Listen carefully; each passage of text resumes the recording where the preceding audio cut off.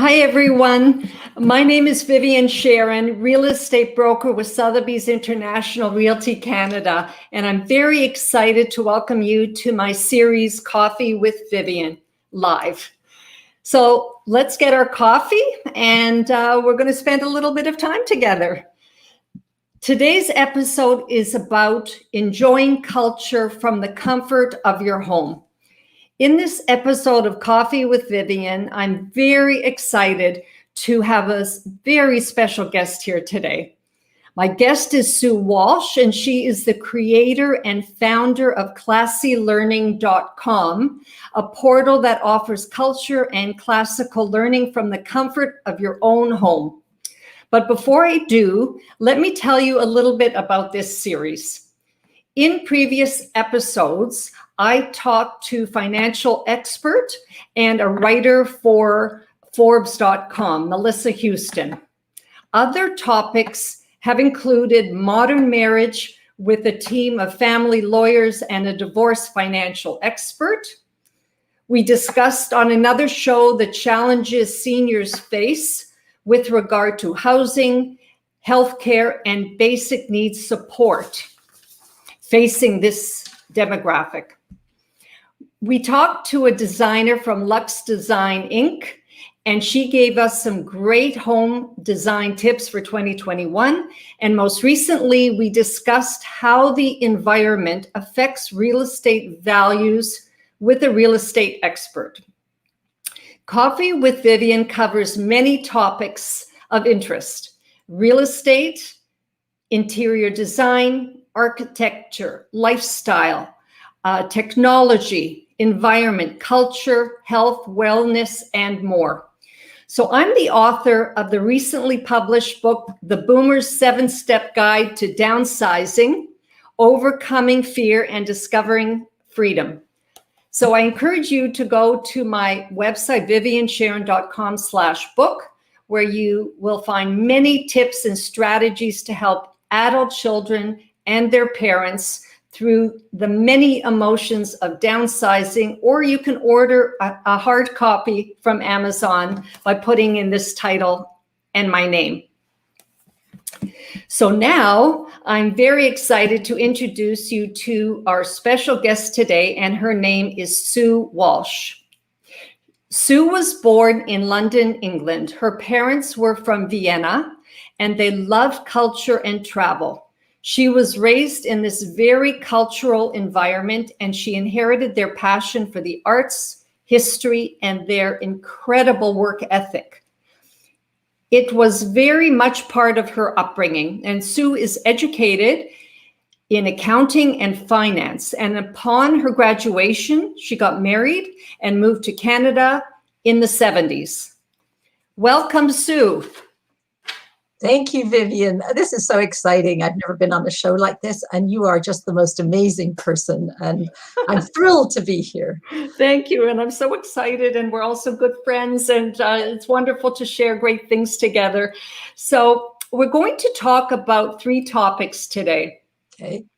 Music, culture, and the arts, the opportunity to educate others, and enriching lives at the highest level. So, Sue, we're going to welcome you, and let's grab our coffee, and we'll take a quick photo op. Absolutely. And we're going to smile, and we'll Whoops. And get the mugs there. That's nice. Okay, fantastic. Thank you. Okay, so let me take some coffee first. Okay, no problem. Okay, so let's begin. Sue, love to chat with you about some of your background and so on. But first I want to ask you this. Tell us about your upbringing and your parents, and how did they influence you in the area of arts and culture as a child and an adolescent and a young adult?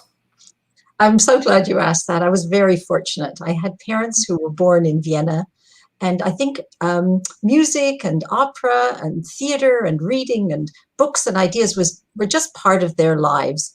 And so when I was growing up, it was just assumed that you would absorb this. And my parents took me to the theater at a young age. They played music in the home all the time. My mother would sing at the drop of a hat arias, from operas or from popular songs of her day. I always joke that if you said your hands were cold, she would burst into song going Che glida manina, which is from Puccini. And I had no idea that happened. And she would also do the ironing to strains and bars of the Blue Danube.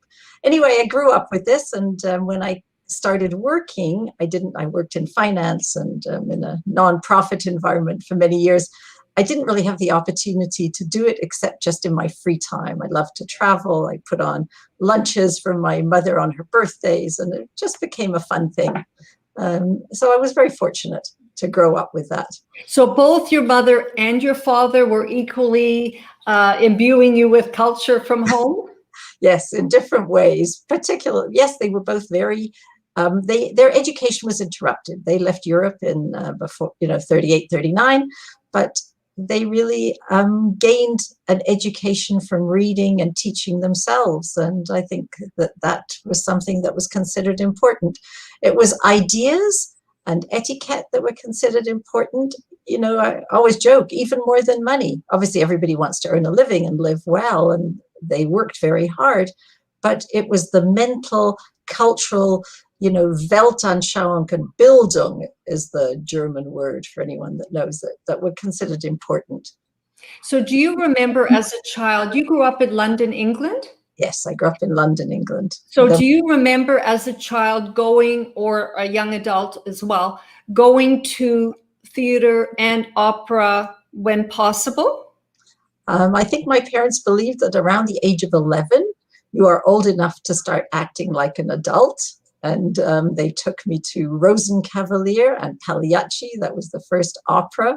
And Sound of Music and The Fiddler on the Roof were the first musicals. So yes, I think that they felt exposure going to the symphony as a young child. You had to sit properly and you had to behave, but you were taught that it was enjoyable and it gave you pleasure. I think that is something that I have wanted to share with people, and that's part of the reasons that I started this. It's to bring joy into our homes during this pandemic. I think that the influence of your parents, of course, influence of all parents, are huge in our lives. And I've met your parents. They're unfortunately no longer with us, but the old values, I don't know if it's called old values, but they're wonderful values. I was raised with them as well, having European parents like you, and being polite and being respectful, and also enjoying fine culture, fine art, theater. It's really gratifying, and it's a wonderful thing to have and to grow up with. And I'm sure it's influenced you throughout your life. I think you've said a very interesting thing. First of all, one's parents always do influence one, and you see it more as you get older. But I think it's that there's a quality of life that isn't just about work. Work is very important, and being able to provide for your family is obviously key. But they went through changes in their life, and what sustained them was the fact that there were other things in life. And regardless of where you get that pleasure from, whether it's from reading a book or taking a walk and just enjoying the changing colors of the leaves or listening to a nice piece of music, it's a sense that there is something beyond, just getting up and going to work in the morning. And I feel grateful that I grew up with that. So I think it's wonderful. And I think it's a heartful experience that you grew up with on a much deeper level than anything superficial that one just goes through life, and it adds a lot, I think, internally, and I really understand that. So what about the importance of languages? Did you also, I know you're very fluent in some languages, in particular German. What did you speak at home, and what languages do you know? My parents thought it was important to learn German. It was not a popular idea at the time, so we did it just at home. And most people actually didn't do that, even if their parents did speak it. And my father spoke 7 languages, so I picked up a little bit from him of every language. But if you don't use a language, it dies. So I do speak German. I speak some French, but I can't call myself, fluent in anything else. I'd like to be. It would be But you definitely speak a beautiful German. I've heard you as well, speaking to my mother. And your mother is an amazing lady. She Thank you. So a question about this series, Classi Learning. Yes. Why did you create this and how did it come about? Well, you know what? I think in the pandemic, we're spending a lot of time at home. And I was talking to a friend who's a professor of art in England and asking her about her lectures. And when she was telling me, I said, this sounds so wonderful. I'd like to join your course. To which her answer was, I'm really sorry, but it's a university course and I'm afraid you can't. Maybe she didn't say it quite like that. And I thought to myself, well, you know what? Maybe you'd like to do it for my friends. And she said, that's a terrific idea. And out of that idea came the thought that I could bring something to people who are also sitting at home, unable to go out. It was coming up to the winter, and I started to think about the people that I knew and whom I had enjoyed listening to, because I think it's really important when you are sitting at home to listen to someone that they can share their knowledge in a way that is easy to understand and insightful and fun. And then I approached a couple of people. One of my first people that I approached that I have to give credit to helping me is Ian Scott. He's well known for giving opera lectures in the city. And we had done some events before. I had done a birthday event with him for my mother. And I asked him if he was interested in doing something online. And it was new for him and it was new for me. And we started a program of opera lectures online. We worked very hard together doing dress rehearsals and practices to get it going. And I think it's been a wonderful success. And then I approached someone in the art world and in the history world and Jewish history. And I have a passion for authors that I wanted to bring to people. And I thought it was just a great way for people to learn. There is a lot being offered, but not as many at the beginning that was specifically in the arts and history. And I decided I would share my passion. If I was going to be sitting at home looking at Zoom and wanting to learn something, well, then I wanted people to share it with people. So I picked speakers and topics that I thought I would enjoy, and I hope I'm bringing pleasure to other people. As a participant in this series, it is overwhelming how you have evolved this in the course of like 1 year. Yes. And you continue to let this grow into something more, because it's still in its infancy, but it doesn't appear like that. So what do you see for the future? I think there will be always a need for people to enjoy some culture from home. I think we enjoy being at home. I think in Canada, particularly the winter time, people want to spend time doing something. And even if you're traveling, there is downtime. You're not on the go constantly. And when you're at home, you're looking for something to enrich your life. There's a wealth of choice, but if I can bring something pleasurable and interesting to people, it's another offering. So I see it as being ongoing. I think that it's going to be a while before we want to rush to be in a hall surrounded by, several thousand other people, never mind 200 other people, and feel comfortable. I think that will take for sure a year or so, but there will always be a place, I think, for doing something from home. No parking, Vivien. No hassle. I can get dressed as I want. I can have my coffee, as you say, or my martini in the evening. There will always be a place, I think. We found a niche. We really have. I think the e-learning at this high level is so wonderful to have this available to us, and people just select what they like. Yes. There's a small payment involved, correct? It's not. Correct. The lectures are $10, $12. Sometimes they're even free. We're doing a free event. I want to say this. We're doing 2 wonderful free events this week. One is Professor Lawrence Schiffman from NYU, who's talking about the Dead Sea Scrolls and the latest research in it. And we're doing it in conjunction with Beth Tikva Synagogue. And then on Thursday, I don't know how many people are real fans of mystery novels, but I did this for my husband because he loves mystery novels. So Robert Rodenberg has just written a book and he's joining us. And I'm doing it in support of Sunnybrook Foundation and our frontline workers. So it's a free event. So really, that and the fact it's a minimum cost, and you can get access to people around the world. That's the other fun thing. That's what I want to ask you about. I want to ask you about how the participants have grown in this past year, and how many you have now, and the scope of the people enjoying this all over the world. What kind of numbers and scope? Well, we started small. I think, obviously it was sort of 20, 30 people, but now we're, close. Tomorrow's events on Thursdays are close to 200 people. And I think the reason is it varies, and I'm not fussed about numbers.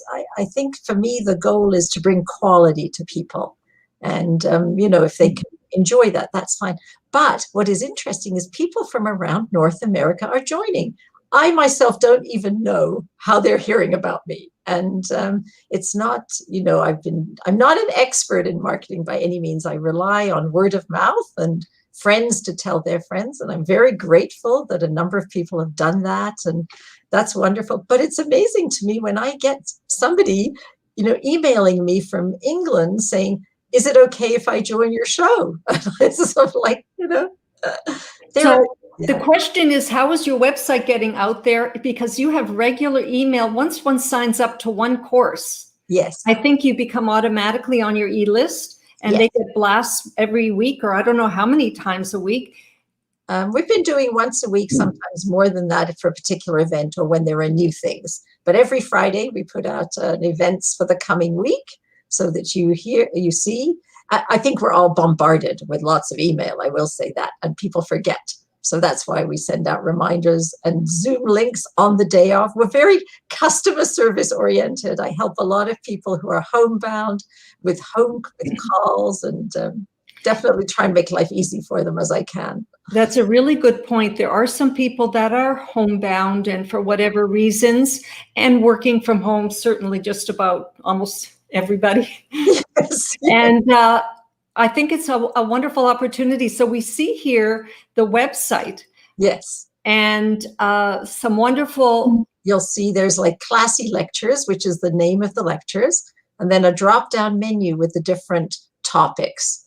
And for example, if you just want to see the events that are happening, you can just press Classi Lectures. But if you go to art, you'll see that coming up next weekend, we're offering a program of 5 different lectures centered around Paris, history, art, and opera. And there's a different lecture every week. It's given on a Sunday or a Monday. And I'm doing that with Ian Scott. And there's a little ticket box at the bottom, and you can pick an individual lecture or the series, whichever you want. And then it's very simple. You just can either go continue shopping or just check out. And it's very easy. Credit cards are taken. You can do e-transfer because we Canadians love e-transfer. So there's that option. Primarily, you'll find most of the information under the lectures. Yes, I've got a phone number you can call. There's the website. You can email anytime. If you look at the history, there's a series coming up that I talked about, the Dead Sea Scrolls. We're also doing a series on understanding your roots of North American opera, like how the British came to North America, sort of at the end of April. And I want to tell you, I'm also doing a cooking class. This is why being from the comfort of your home, Viv, really appealed to me, because I'm doing a cooking class with Rose Reisman. It's going to be light French cooking, which is to complement, the opera series. I did one with her, which was before Passover. I thought it was going to be just a thing, but it was really, really fun. Oh my! She does the cooking and we watch. So you know what? I think we're hearing that you are expanding this, and it comes from things that interest you and perhaps other people in talking what they'd love to hear and see, and that sort of it keeps morphing into something even greater than you began. And I'm sure there are some topics that are really the most popular. Are there any that you would say sell out more or less? Yes, I would say certainly the art. Patrick Bade, who does the art, was at Christie's and Courtaulds in London, and he has a very dry style with a lot of knowledge. We're doing The Joy of Color, the Post-Impressionists. That is very popular. And some of the authors, like I have Edward Rutherford coming with his new book on China in May. What it amazes me is that people want to be on and speak. That I find very flattering and very gratifying. So now you have people approaching you. Yes, that's right. If there's something that somebody wants, I'm open to looking at it. But at the beginning, it was hard to get people to, be the speakers. I had to work really, really hard to encourage them to join me. Now I think some people are quite excited, to join. So great. And do you feel you'll be continuing this throughout the summer and all throughout this 2021 and beyond? I think in the summer we'll take a summer holiday. People want to be outside. Maybe there'll be one or two events, but then it'll come back in the fall and be ongoing. That totally makes sense. So I have a question that I'd like to ask you. It's more or less this one I wanted to see how gratifying it is to you to be doing this. Extremely. I think it's to build something up, and I think you probably relate to this, to start what is a business venture, really, and make it grow and make it happen is very gratifying. And learning all the things that I didn't know about technology and, marketing, just having to get to learn that, it expands your mind. But it's to give people pleasure. When I get an email back saying, I really enjoyed this lecture, even though I don't give it, I know nothing, I'm learning myself. It's very gratifying to do that. Do you have a team behind you? I do, a small team.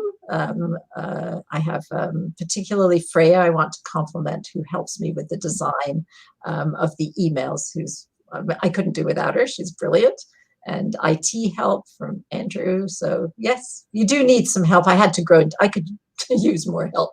It takes a lot of time doing this, but it's fun. And it's going to grow for sure. Now, a shout out to Freya, who's watching this show, and she sent you a question. Oh my goodness. And the question is, let's get more Shakespeare.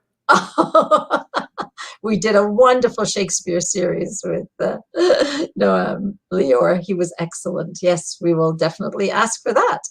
I have a feeling, you asked about the summer, although I hadn't anticipated doing anything, I'm seeing creeping in, there are one or two programs that people enjoy, especially if you are at home in the evenings. We'll see.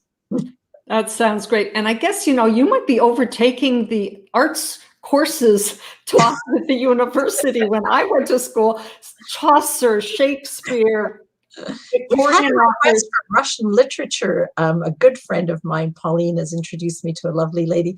We might do that. If I want to enjoy learning it, and I'm sitting in my comfort of my home, and I'm learning from you all the things I can do to improve my home, then why not? It'll be fun. It's just amazing. So I have a thought-provoking question before we end. Have a few more minutes. How does it feel to know that you have inspired so many people about higher learning? Well, I'm not very good at sort of taking credit for things. I feel that if somebody got some information and somebody got some pleasure, that's good. I will say one thing I'm very strong about is that we cannot always pass history on to our grandchildren. And so if you can learn a little bit in these bite-sized pieces of information, then that's a goal that I've achieved. So that's I want to ask you, what would your parents say? They would be thrilled. I would have 3,000 people if my parents were here watching this, because the entire world would know about it. I'm not like that. I just like to be behind the scenes. They would be so proud. They would be so, so proud. And we're all really proud of what you have accomplished. It's just wonderful when one does something with a passion, and you don't have to do it, but you want to do it. And I understand that, because I do that also in my work and in my business and in my life. I do what I feel really strongly about. And your particular area is the arts and culture and history and proper education and good learning and raising wonderful children and grandchildren. And it's a whole package. Yes. And that's what you've done. Yeah, and I'm grateful to my family who have put up and supported this, and also have watched lectures and listened in, and my husband also, who really has participated. That is very gratifying. What do your kids say? I think they think it's amazing. You would have to ask them. I don't want to speak for them. Okay, I will ask them. They have been very, very wonderful. Kids, in-law kids, really great. Oh, so wonderful, Sue. Well, I really, really thank you for your insight and all that you've done. And this ends our episode for today. And I'd like to thank you for joining me. And in the next episode of Coffee with Vivien, which is in 2 weeks on Wednesday, April 28th at 12 noon, we feature Mark Saltzman. He's a tech guru who will discuss the top tech tips and trends for your home. So you may remember when we once upon a time went to the movie theater, the Cineplex, and we were in the theater and they had those little infomercials before the movie. Mark Saltzman was the fellow on the screen talking about, for Cineplex, the tech gadgets of the day. Oh, yes. And he's the fellow that will be joining us in 2 weeks. He writes for so many tech magazines, has his own podcast, and he's really the tech guy. And he tries to make it all simple for people that don't get it. I'm watching that for sure. So I want to remind you that you can follow me and this series on Facebook, Instagram, LinkedIn, Twitter, and on my and on my website, viviensharon.com/live. So please like this video and leave a comment if you enjoyed it. And I look forward to seeing you again in 2 weeks and when we meet next time. Bye for now.